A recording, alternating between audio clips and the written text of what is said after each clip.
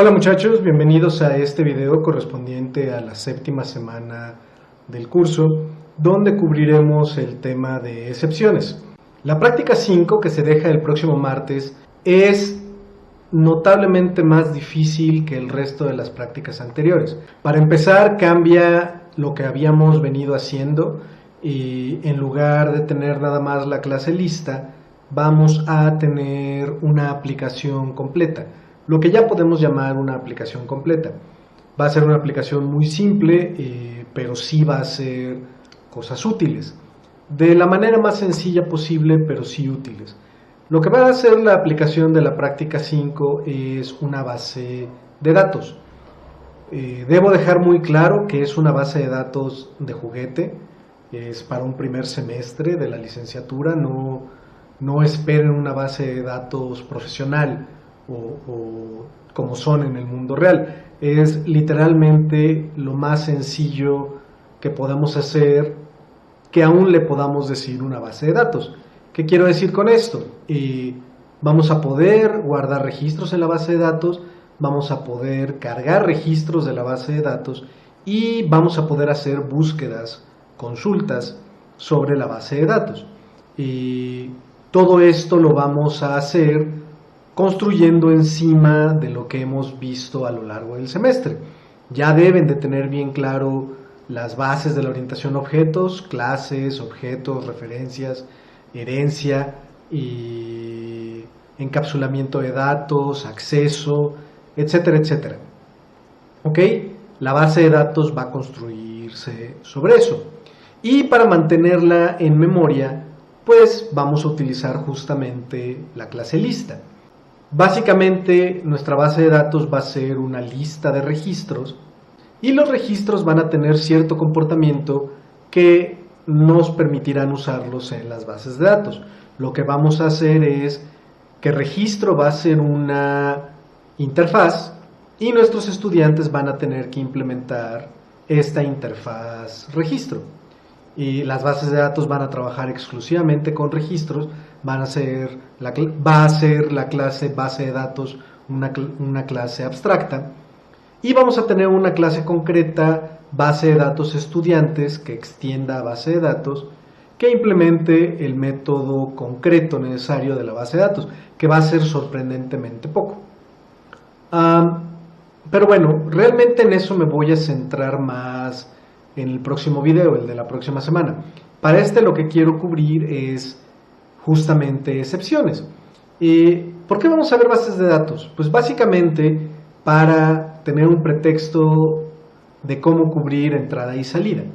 Entrada y salida es todo lo que nuestro programa recibe como datos de entrada y todo lo que nuestro programa produce como datos de salida. La entrada son los datos que recibe y la salida son los datos que produce. Actualmente entrada básicamente no ha existido, está en memoria, está en el código mismo, la entrada de nuestros programitas en práctica 1, práctica 2, práctica 3, práctica 4, las clases, y la salida es exclusivamente a la consola. Nuestra práctica 5 ya va a tener entrada por el teclado, no se emocionen, no va a ser terriblemente interesante, y además no funciona muy bien por limitaciones mismas de la clase Scanner, que es lo que vamos a utilizar para poder leer del teclado. Sin embargo, también va a poder leer del disco duro y, discutiblemente más importante, va a poder escribir en el disco duro. Esto nos va a permitir tener datos permanentes, o sea, la información de nuestros programas no va a desaparecer cuando termine de ejecutarse el programa. Y entrada y salida también lo vamos a dejar para la próxima semana, pero no podemos cubrir entrada y salida si no cubrimos antes excepciones. En este video me quiero centrar en excepciones, que si todo sale bien con lo que ya llevan de las prácticas anteriores y lo que cubriremos en este video, entonces podrían completar su clase lista y su clase estudiante, que ahora van a tener métodos que lanzan excepciones. Lo demás, lo de la base de datos, lo de entrada y salida y un poquito también de enumeraciones, lo voy a dejar para el próximo video, aunque me gustaría que intentaran terminar por su cuenta enumeraciones. Me parece que conceptualmente es lo suficientemente sencillo como para que no tengamos que dedicarle tanto tiempo. Las excepciones es cómo vamos a manejar errores en Java y en muchos otros lenguajes de programación, por cierto, varios de ellos orientados a objetos.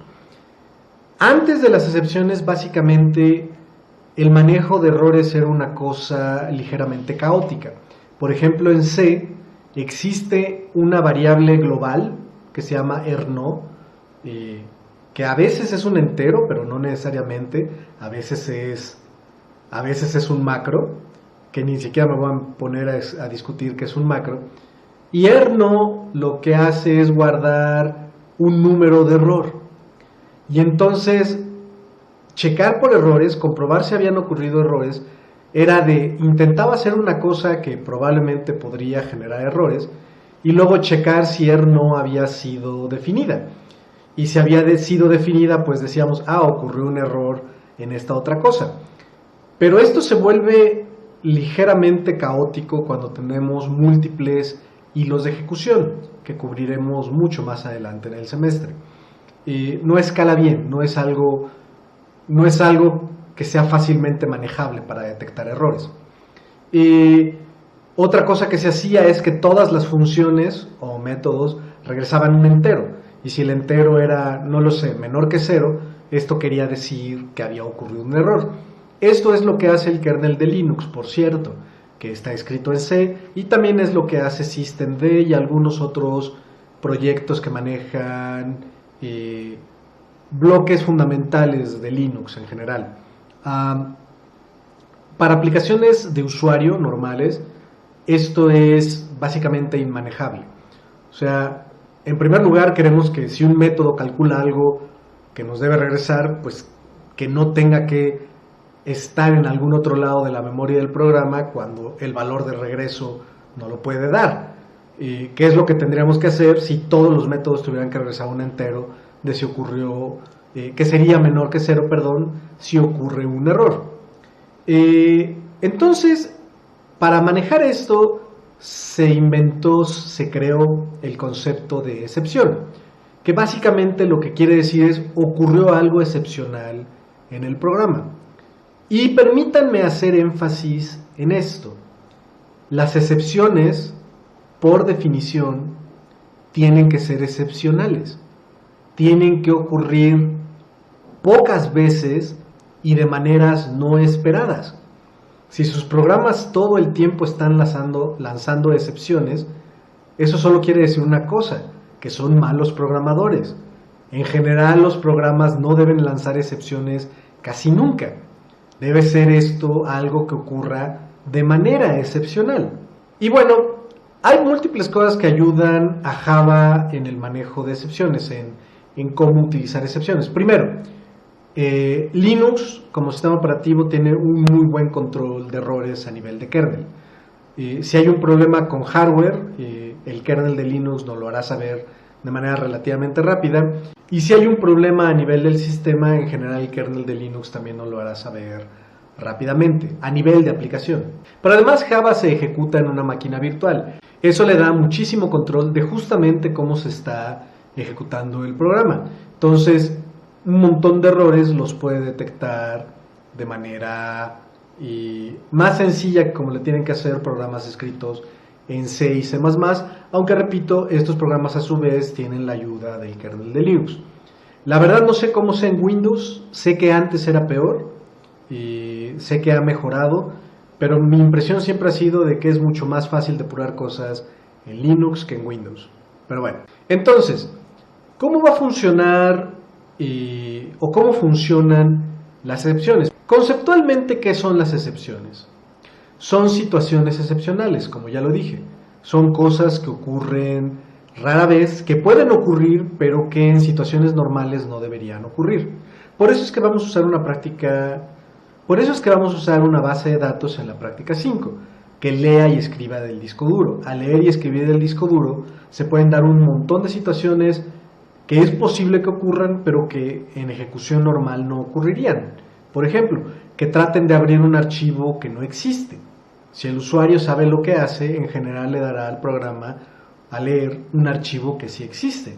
Pero si no existe el archivo, su programa no debe de tronar. Debe detectar que no existe el archivo que trata de leerse y dar un mensaje legible al respecto al usuario de que el archivo que trató de leer no existe. Lo mismo si trata de leer un archivo sobre el cual no tiene permisos de lectura, etcétera, etcétera. Lo mismo al escribir, puede que ya no haya espacio en el disco duro, puede que no tengamos permisos, puede que el directorio donde estemos tratando de escribir no exista, etcétera, etcétera. Entonces, vamos a utilizar entrada y salida como manera de ver excepciones, aunque ustedes ya han encontrado excepciones un montón de veces a lo largo del curso. Sin embargo, si hay una diferencia muy grande entre los errores que han encontrado hasta ahora, generalmente del estilo de null pointer exception, y los errores que encontrarán en entrada y salida. ¿Cuál es la diferencia fundamental? Justamente al leer y escribir en el disco duro, sabemos que algo malo puede ocurrir, es sabido que una cosa mala puede ocurrir. En cambio, un null pointer exception, si ocurre, es en casi todos los casos completamente un error de su parte como programadores. Vimos un ejemplo en la clase lista, en el método agrega final. Checamos justamente que el rabo no sea null antes de tratar de agregar un nodo siguiente al rabo. Y si el rabo es null, definimos la cabeza y el rabo como el nuevo nodo.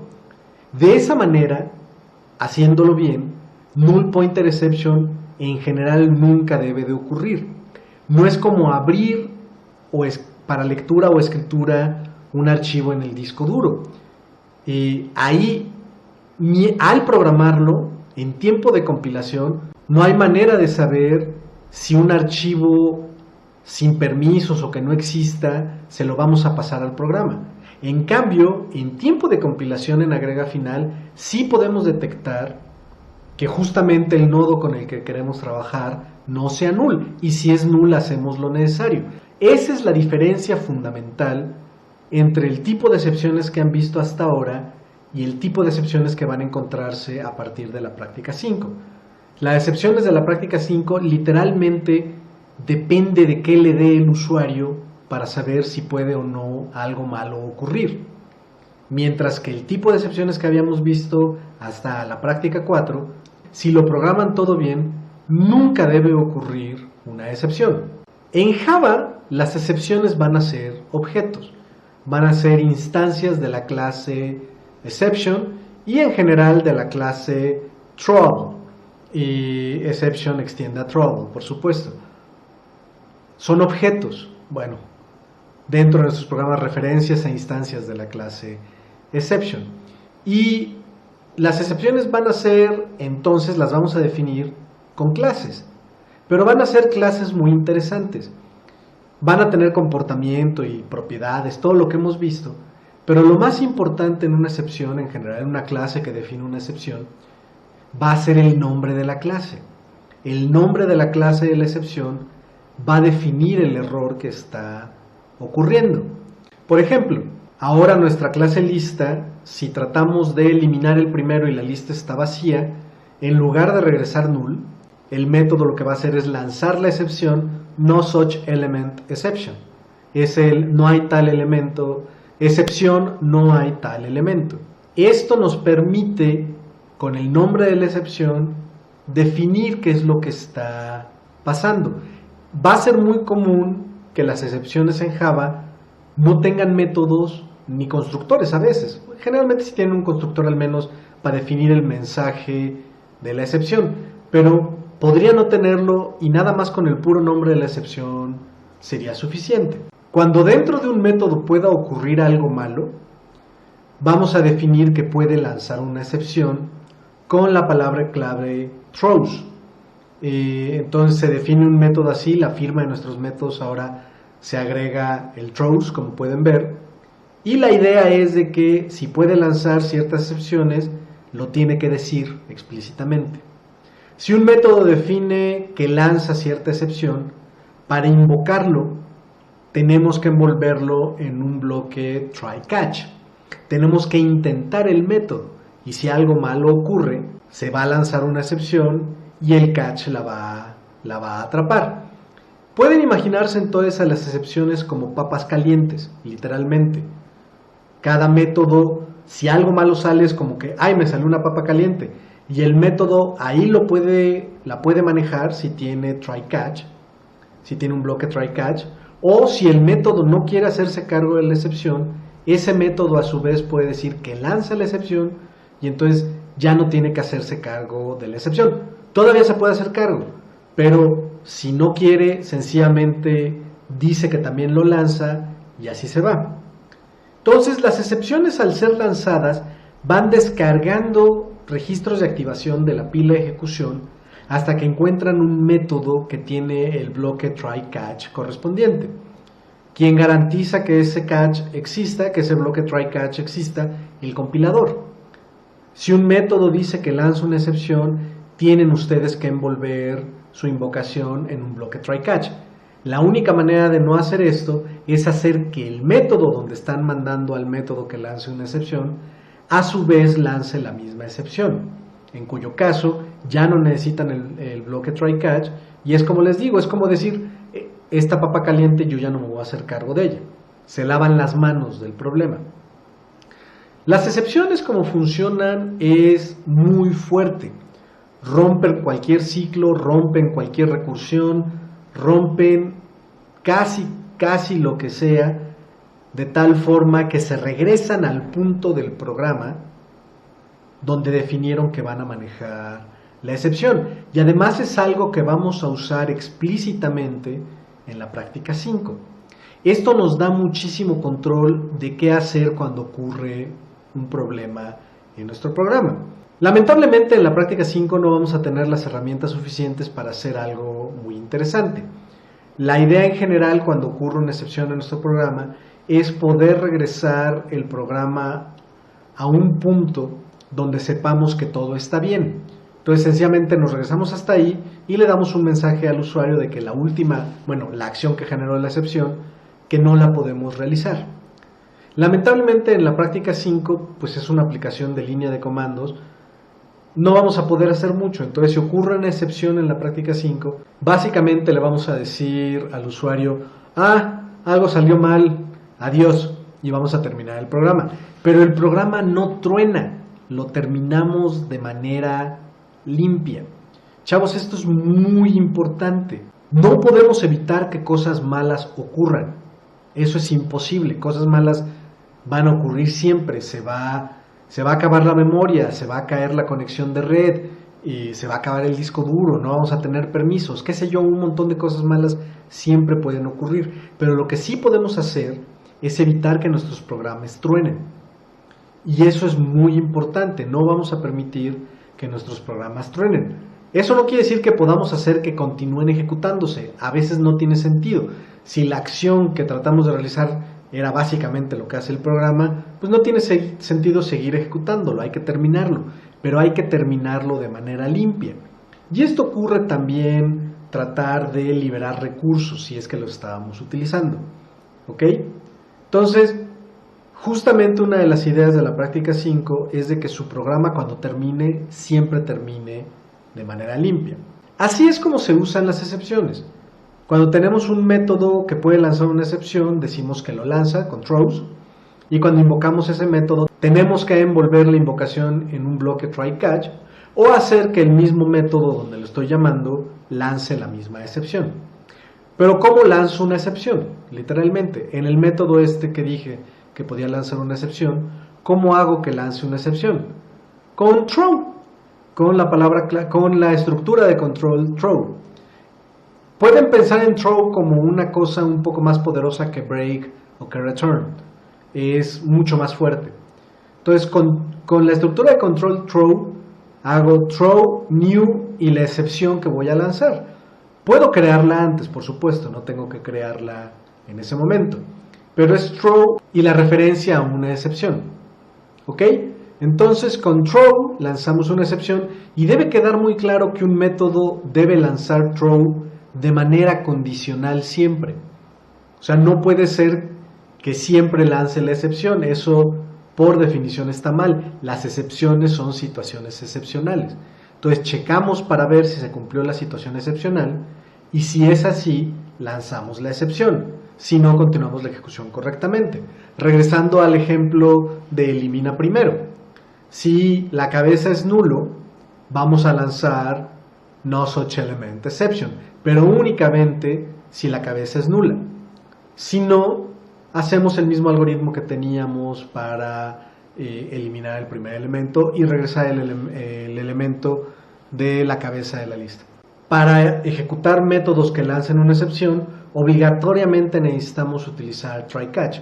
Si no ponemos el bloque try-catch, el compilador no nos deja compilar ese código.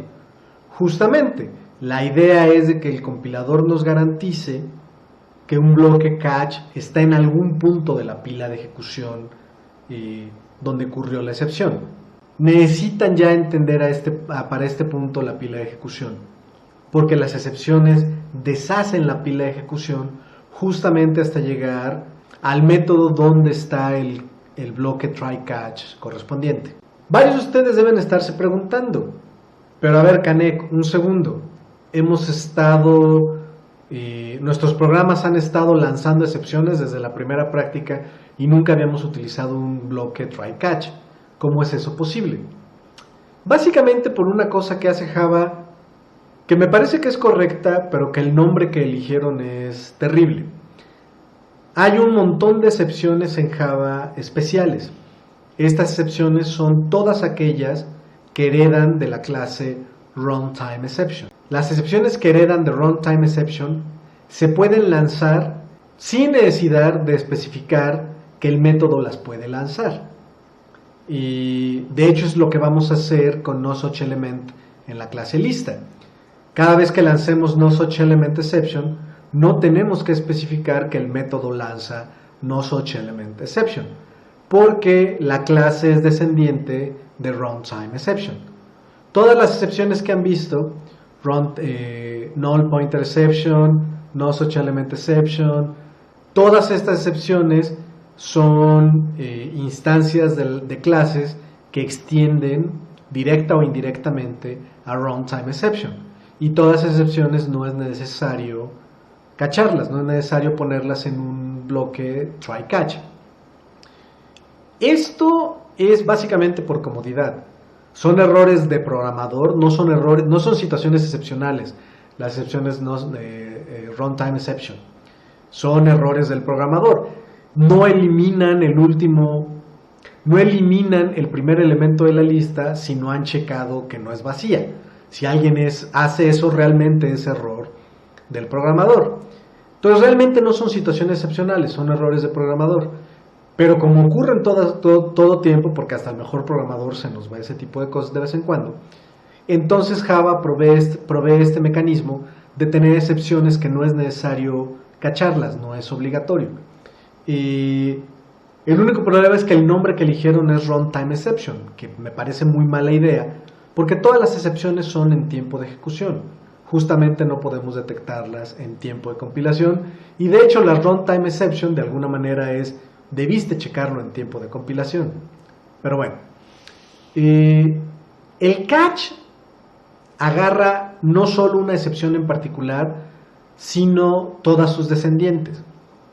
Entonces no es necesario cachar exactamente la excepción que lanza un método. Podemos cachar esa excepción, pero también su clase padre, o la clase padre de su clase padre, etcétera, etcétera, llegando incluso a exception o a throw. De hecho, no es raro que para depurar un programa que les esté tronando, hagan un try-catch en alguna parte de su código, donde en el catch pongan exception. Y eso quiere decir, atrapa cualquier cosa que pueda ocurrir, y es muy útil para depurar, pero es pésima idea en producción. En general, en código en producción, nunca atrapamos exception. Vamos a tener justamente una excepción, un caso de excepción a esta regla, y que es forzado así por Java, por cierto, que me da un poco de risa porque es así de no pudieron hacerlo bien, pero lo veremos mucho más adelante.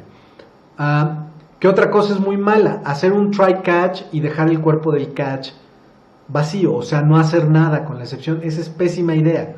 Se están comiendo la excepción y entonces no solo su programa ya está haciendo algo mal, sino que se quedan en un estado donde no pueden ni siquiera determinar qué fue lo que salió mal. ¿Ok? Y bueno, no hay mucho más en la mecánica de las excepciones, es relativamente sencillo. Y recapitulando, las excepciones son objetos, instancias de la clase exception. Y la clase que instancia la excepción generalmente es la que determina el tipo de situación excepcional que ocurrió. Si un método puede lanzar una excepción que no sea runtime exception, necesita especificar que lanza la excepción con throws, y si hace eso, para invocar el método tenemos que envolverlo en un bloque try catch, donde el catch puede atrapar exactamente esa excepción o una excepción más general, aunque es mala idea atrapar exception o throw. La idea es atrapar justamente lo que es necesario atrapar. Entonces, mecánicamente no es muy complicado el uso de excepciones. El problema, como con muchas otras cosas de orientación a objetos, es que para utilizarlas bien, no todo el mundo lo hace correctamente. Vamos a empezar sencillo. Nuestras clases estudiante y lista van a poder lanzar algunas excepciones en algunos casos. Por ejemplo, lista vamos a poder lanzar no such element exception en todos, básicamente en todos los casos donde regresábamos null antes, o cuando queremos eliminar get primero, por ejemplo. La clase estudiante va a poder lanzar excepciones en dos métodos, va a poder lanzar excepciones en métodos relacionados justamente con la base de datos, y vamos a tener una excepción personalizada para las listas. Cuando nos pidan un índice que no exista en la lista, en lugar de regresar null, vamos a regresar una excepción especial para nuestra clase lista. Es nada más para que vean cómo se define una excepción. Es una clase que extiende exception, casi siempre es así. Nada más para que no se queden con la duda. Entonces, la idea de esta semana es que terminen una vez más con la clase lista y con la clase estudiante. Las pruebas unitarias checan que si lancen las excepciones que deben lanzar cuando deben de lanzarlas, entonces no deberían tener problema para completarlas. Y lo de entrada y salida y enumeraciones lo vamos a dejar para el próximo video, y de hecho será un poco más complicado conceptualmente, pero de todas maneras no tienen mucho de qué preocuparse, porque les repito, aunque sí ya es una aplicación de verdad la que van a hacer en la práctica 5, es muy sencilla. Entonces vamos a pararle aquí. Si tienen dudas, como siempre, pueden mandarme un correo, y pues gracias.